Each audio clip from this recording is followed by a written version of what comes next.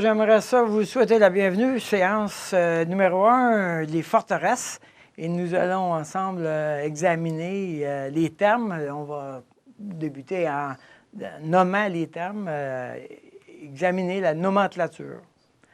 Bienvenue à nos participants aussi. Je suis tellement content de vous avoir. Premièrement, parce que ça me permet de vous regarder dans les yeux. Puis si vous ne comprenez pas, j'imagine que ceux qui nous écoutent ne comprendront pas. Alors, vous faites office de conscience pour ceux qui nous écoutent, là, que ça va nous permettre de saisir un peu mieux ce qui est en train d'arriver.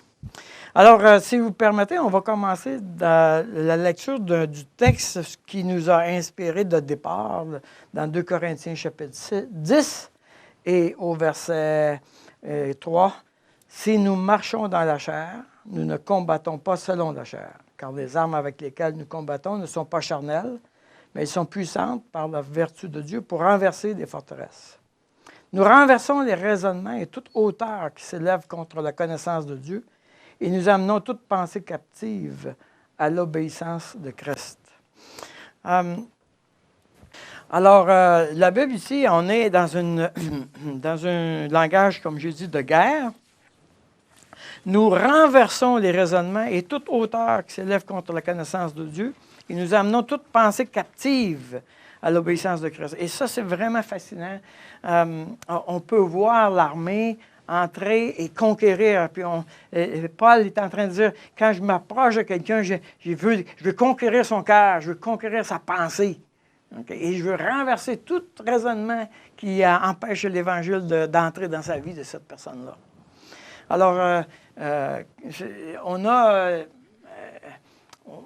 a probablement l'image la plus forte de l'Ancien Testament, ça a été Israël qui devait conquérir le pays promis. Donc Dieu dit, vous allez conquérir le pays promis, je vous le donne, mais vous devez le prendre ville par ville. Okay?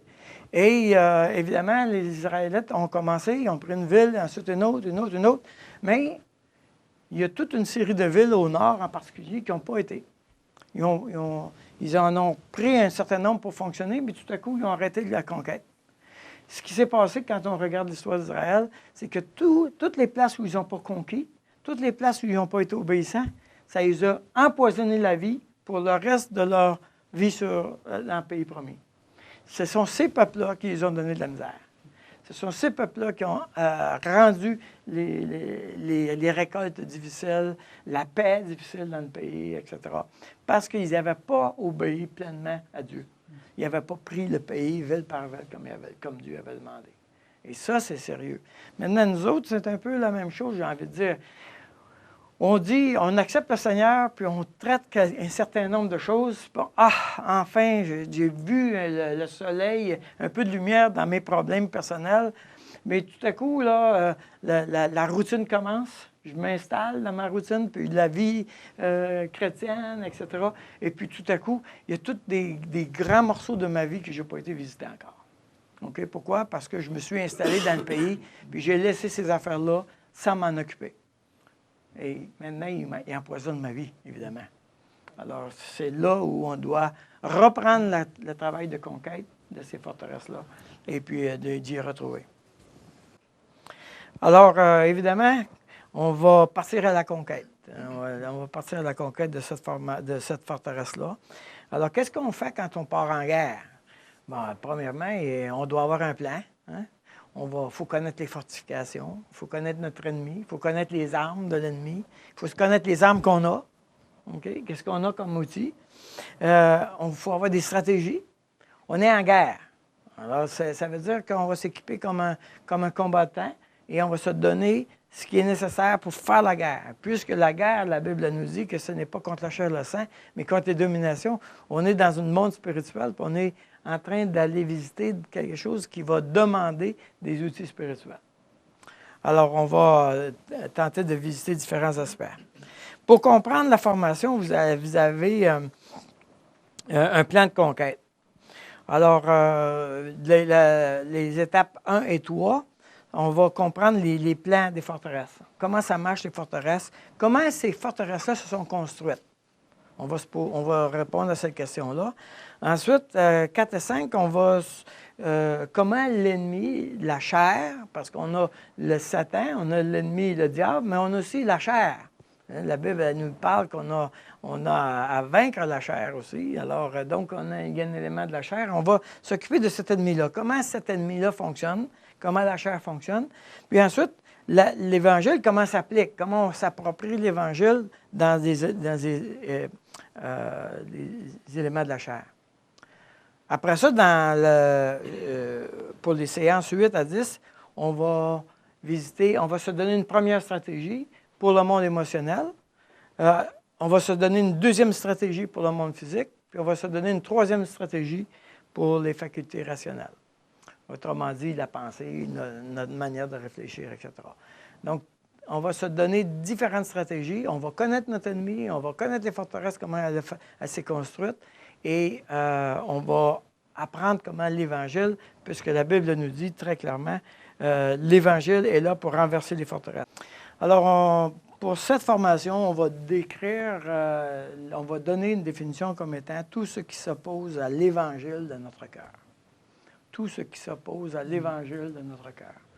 Si l'Évangile, parce que la Bible, ici, elle parle des armes avec lesquelles nous combattons, sont puissantes par la vertu de Dieu. Ce qui est en arrière de ça, c'est la déclaration de l'Évangile. Donc, en réalité, comme croyant, quand je marche dans la vie, si l'Évangile n'a pas d'accès à cette partie de mon cœur-là, bien, elle s'oppose à l'Évangile dans mon cœur. C'est une forteresse. L'Évangile veut monter la montagne et pénétrer dans cette forteresse-là, puis il en rencontre un mur. Donc, tout ce qui s'oppose à l'Évangile. Et cette forteresse-là peut avoir différentes composantes. Ça peut être une décision que j'ai prise, ça peut être un vœu, ça peut être un jugement. Ça peut être une décision ou des décisions qui sont développées sur la base des habitudes. C'est comme ça que je développe mes préférences, puis je vis et développe mes préférences, puis je ne change pas mes habitudes. J'aime ça de même, moi, là. Mais à partir du moment où je ne peux pas changer tes habitudes, le Saint-Esprit ne peut pas poser une action pour te diriger, parce que maintenant, c'est toi qui contrôles ce morceau-là. Okay? Donc, il n'y a plus de flexibilité. Et donc, un vœu, c'est une loi que j'ai inscrite dans mon corps. C'est bon, ce n'est pas toujours aussi extraordinaire et grave que ça, mais ça a des conséquences parce que j'établis une loi qui n'est pas la loi de Dieu et je me mets sous une loi qui n'est pas la loi de Dieu. Okay? Et enfin, des jugements. Alors, j'ai posé un acte comme juge et j'ai déclaré « j'ai le droit de ».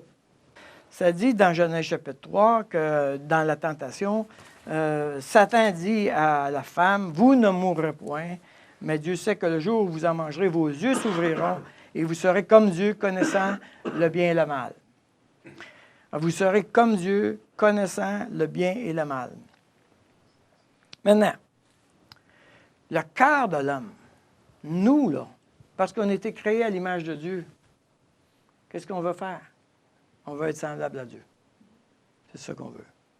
On a été créés à l'image de Dieu. Dans 1 Jean chapitre 3, ça dit, « Vous serez comme Dieu parce que vous le verrez tel qu'il est. » Il y a une déclaration dans le cœur de l'homme de vouloir être comme lui. Et c'est légitime. Okay? C'est ça, rendre gloire à Dieu. Hein? Si je vois un très bon musicien et puis que je dis à ce musicien-là, « J'aimerais ça jouer comme toi », je lui rends la gloire. Okay? Je suis en train de lui dire, j'aimerais ça être comme toi. Quand je dis à Dieu, je voudrais être comme toi, je lui rends la gloire. Je voudrais être bon comme toi. Je voudrais être juste comme toi. Je voudrais être miséricordieux comme toi. Je voudrais être gracieux comme toi. Donc, je lui rends la gloire. Je reconnais que cette vertu-là est la plus élevée que je peux aspirer dans mon cœur, puis c'est celle-là que je veux avoir. Donc, on désire être comme Dieu. Alors, Satan arrive et il dit, oui, vous pouvez, ça, je peux vous dire comment faire. Hey, ça, c'est puissant comme tentation. C'est exactement ça que je veux. Puis Satan dit, je peux vous le faire. Vous allez être comme Dieu. Alors, comment vous avez fait ça? Bien, vous avez besoin de connaître le bien et le mal. Pourquoi? Pourquoi c'est important de connaître le bien et le mal? Connaître le bien et le mal, ça veut dire que je décide qu'est-ce qui est bien, qu'est-ce qui est mal. C'est ça que ça veut dire. Autrement dit, quand Dieu a créé l'homme et la femme, qui a créé l'univers, il a dit, c'est bon. C'est ça. C'est lui qui a déclaré ça. Dieu a dit, c'est bon. Là, il dit à Adam et Ève, tout est bon, mais moi, je déclare que si vous prenez celui-là, ça, c'est mal. Adam et Ève ont fonctionné très bien aussi longtemps qu'ils ont choisi le verdict de Dieu. C'est mal, c'est mal. C'est bon, c'est bon. Là, tout à coup, Satan dit, c'est-tu vraiment mal, ça, pour vous? Et là, il invite Adam et Ève de réfléchir pour eux-mêmes. Décidez, vous autres. Oui, Dieu a dit que c'était mal, mais vous autres, là, vous voulez quoi, vous autres? Vous trouvez ça bon ou mal? Autrement dit, ce n'est plus Dieu qui est la référence finale, ça va être l'homme. Moi, je vais être la décision finale. C'est moi qui vais décider, c'est mal. Okay? Donc, définitivement, je prends la place de Dieu. Dieu dit c'est mal, moi je dis ouais, on va y réfléchir. Puis après ça, je dis ouais, OK, je suis d'accord. Ou non, je ne suis pas d'accord. Autrement dit, à partir de ce moment-là, ce n'est plus Dieu qui est le Seigneur total de ma vie, et c'est vraiment l'homme qui est au centre. Autrement dit, c'est l'homme qui a la décision définitive. L'homme a la décision définitive. Alors, évidemment, c'était très intéressant pour l'homme parce qu'il voulait être semblable à Dieu. Sauf que le problème, c'est que Satan lui offrait d'être semblable à Dieu, mais à sa manière, pas à la manière de Dieu. Vous allez être semblable à moi si vous faites ce que je vous demande. Okay? Et ça a été vraiment fascinant. Quand Jésus est venu sur la terre, okay, il a dit, je fais la volonté du Père. Il a dit, moi, là, je reflète ce qui est le Père, et nous, dans la Trinité, nous nous soumettons tous mutuellement. Nous sommes tous engagés à nous soumettre. Donc, si tu veux être comme moi, il va falloir que tu apprennes ça, la soumission. OK? Donc, évidemment, l'homme décide.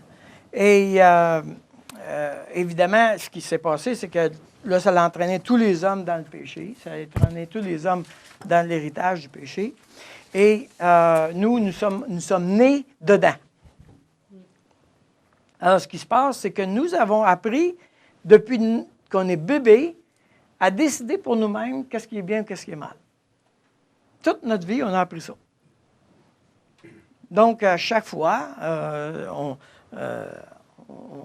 est en train de se poser la question, même comme croyant. Okay? Alors, par exemple, j'ai été dans une situation vraiment fascinante. La personne me dit, moi, je crois à la Bible, puis ça, je ne peux pas faire ça.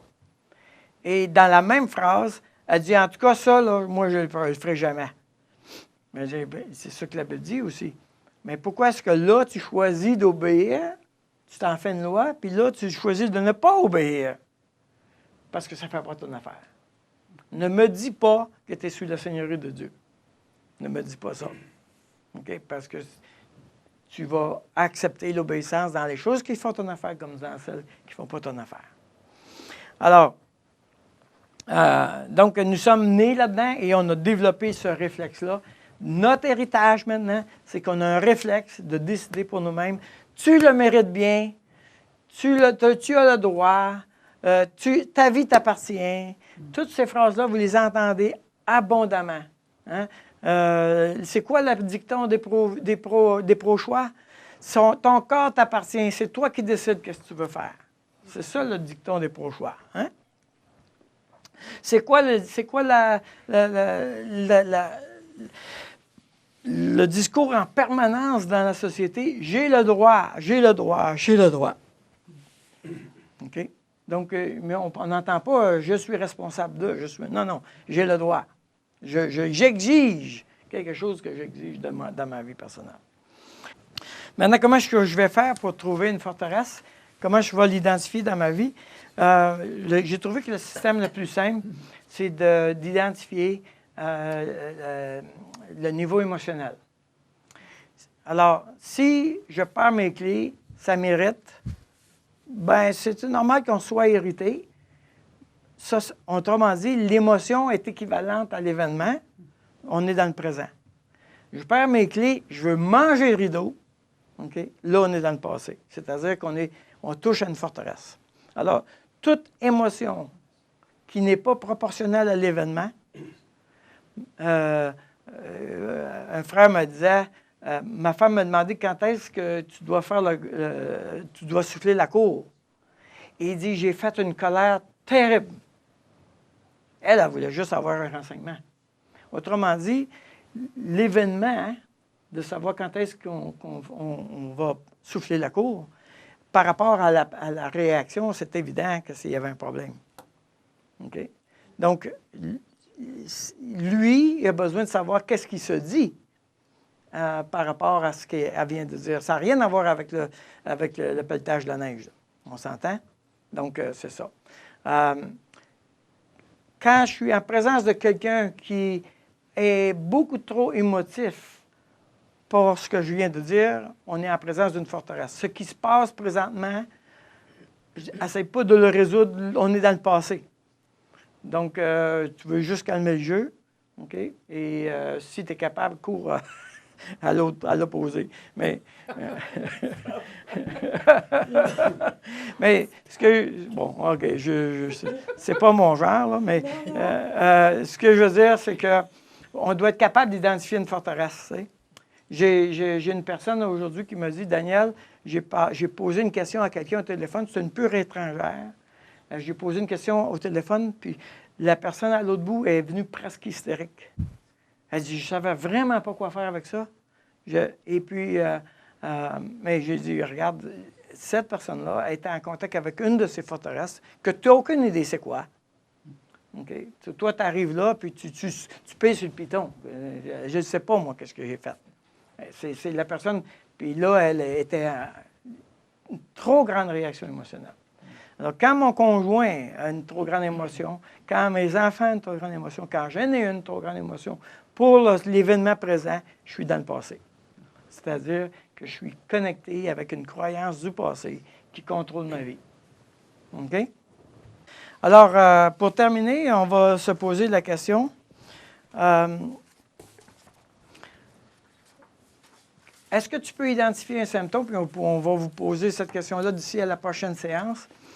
Est-ce que tu peux identifier des symptômes dans ta vie qui pourraient être une forteresse? Autrement dit, est-ce que tu peux voir dans la semaine qui vient de passer, ou est-ce que tu peux observer, voudras-tu observer dans la semaine qui s'en vient, quand tu vas exploser?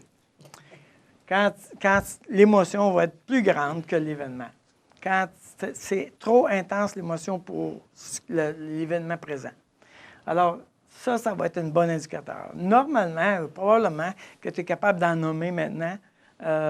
Si tu regardes la semaine qui vient de passer, quand est-ce que tu as explosé, ça va être un bon indicateur qu'il y avait une forteresse là. Alors, on vous laisse avec ça. Vous pouvez terminer maintenant, fermer la vidéo, répondre ça ensemble, et puis on se revoit à la prochaine séance.